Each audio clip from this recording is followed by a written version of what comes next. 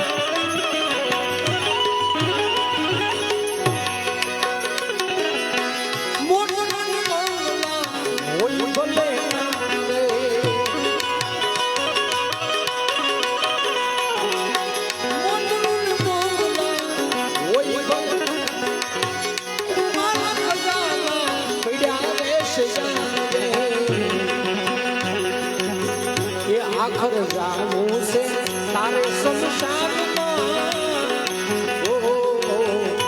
આખર જાવું છે તારે શમશાનમાં તારે રહેવું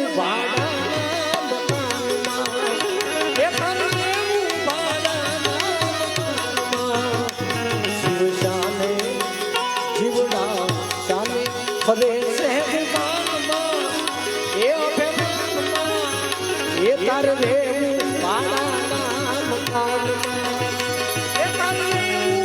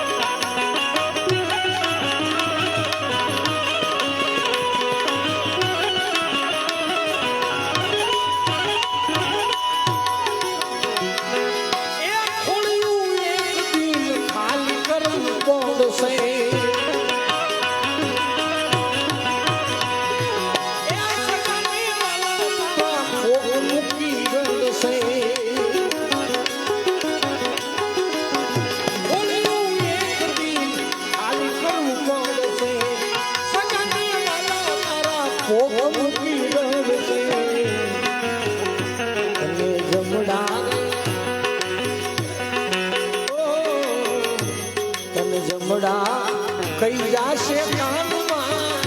તને જમડા કઈ જાશે તારે જેવું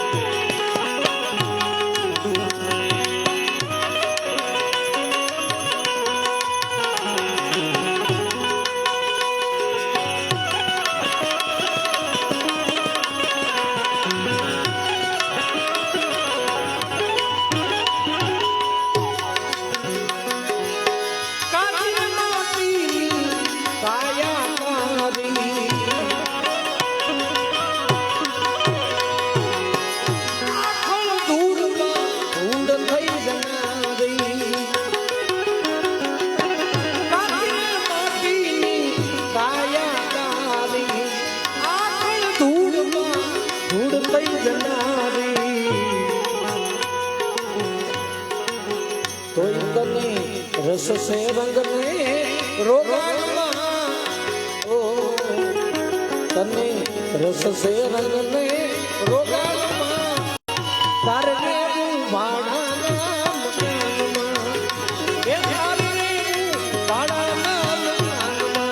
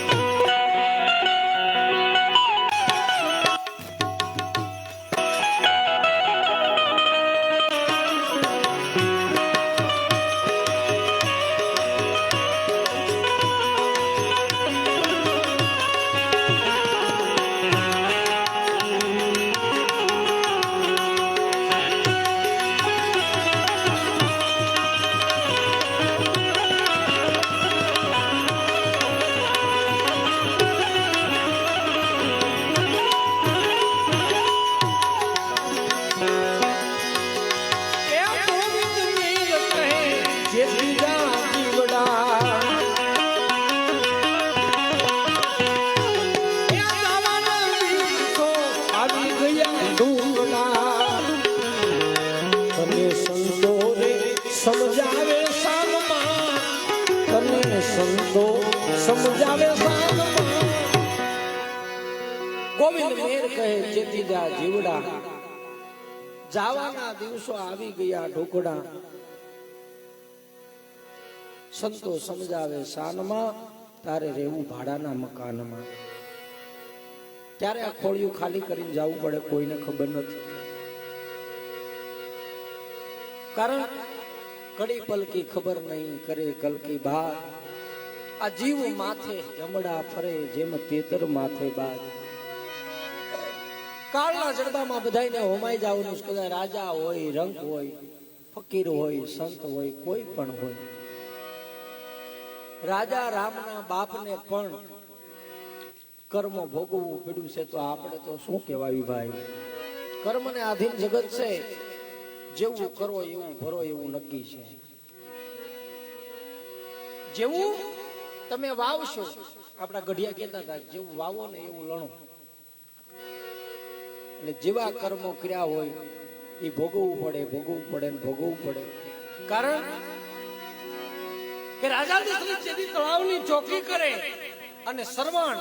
માત પિતાને લઈને જેથી તળાવની પાળે આવે ને માં અને બાપને જેથી તરસ લાગે તેથી સરવણ ઘડો લઈ અને પાણી ભરવા માટે જાય શબ્દવેદી બાણ રાજા દશરથ મારે સરવણ ત્યાં એનું પ્રાણ પંખીડું ઉડી જાય રાજા દશરથને થયું મારથી મોટી ભૂલ થઈ ગઈ છે પાણીનો ઘોડો ભરી અને સરવણના માત પિતાને પાવા જાય પણ જ્યાં પગનો અવાજ આવ્યો ત્યાં ખબર પડી કે મારા સરવણના પગલા નથી આ મા બાપ ઓળખે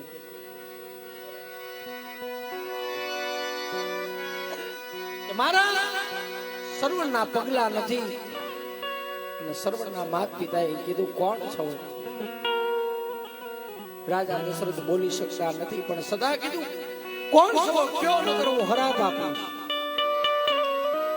અને તેથી રાજા દશરથ ધીમા અવાજે કીધું કે અયોધ્યાનો હું રાજા છું દશરથ રાજા તો કે મારો સરવણ ક્યાં મારો સરવણ ક્યાં ત્યાં બે હાથ જોડી અને રાજા દશરથે કીધું મહાત્મા માં મને માફ કરજો હું આ તળાવની ચોકી કરું છું મને લાગ્યું કે મને પૂછાવે ના કોઈ પાણી ભરે છે. શબ્દવેદી મેં બાણ માર્યું અને એની જગ્યાએ તમારા સર્વના પ્રાણ પંખીડા ઉડી ગયા. અને ઈ ઘડીએ ઈ સમયે માં અને બાપની આંખની માલપા આંસુ આવ્યા. ગો મારો એકનો એક કંધોતર દીકરો મને આંગળી પકડીના જગતમાં હકાવનારો મારો પણસાયો હતો, મારી બુઢાપાની લાકડી હતી. પણ હે રાજા દશરથ, તને બીજું કઈ નથી કહેતા, પણ માવતર જેવી છેલ્લી ઘડીએ હોય એનો સંતાન પડખે ન હોય એ માવતરને જે વેદના થાય ને તને નહીં ખબર પડે. પણ જા તને એટલું કહેવી છે કે હે રાજા, તારે 4 દીકરા થાશે પણ અંત સમયે તારી પાસે એકય નહીં હોય. રાજા દશરથે મનમાં વિચાર કર્યો મારે એકય સંતાન નહોતું, પણ એક ઘડો પાણી પાવાથી મને આશીર્વાદ મળ્યા હોય એવું મને લાગે. મસ્તક ઉપર ખરાબ ધારણ કરી અને રાજા દશરથ નીકળી ગયા. અને ત્યારે જગતના ચોકમાં સંતો લખે છે ભાઈ કે કુદરતના ઘરની કેવી કમાણી હોય છે, કેવી હશે રે કુદરતની કળા, એ અણધારી યાદ થા. તમે ધાર્યું પણ ન હોય કે આવું થશે, એવું થઈ ઊભું રહે ત્યારે માનવાનું કઈક કર્મનો દોષ છે. આપણું આ કર્મ છે, બાકી આ વસ્તુ બને નહીં. અને ત્યારે મેવાડની મીરાબાઈ કે શું કહેશે, એ કર્મનું સંગાતી કાણા મારું કોઈ નથી, એ લચાના એ જુદાલે જુદાલે ખલજા, એ જુદાલે જુદાલે ઓ કર્મનું સંગાતી રાણા મારું કોઈ નથી.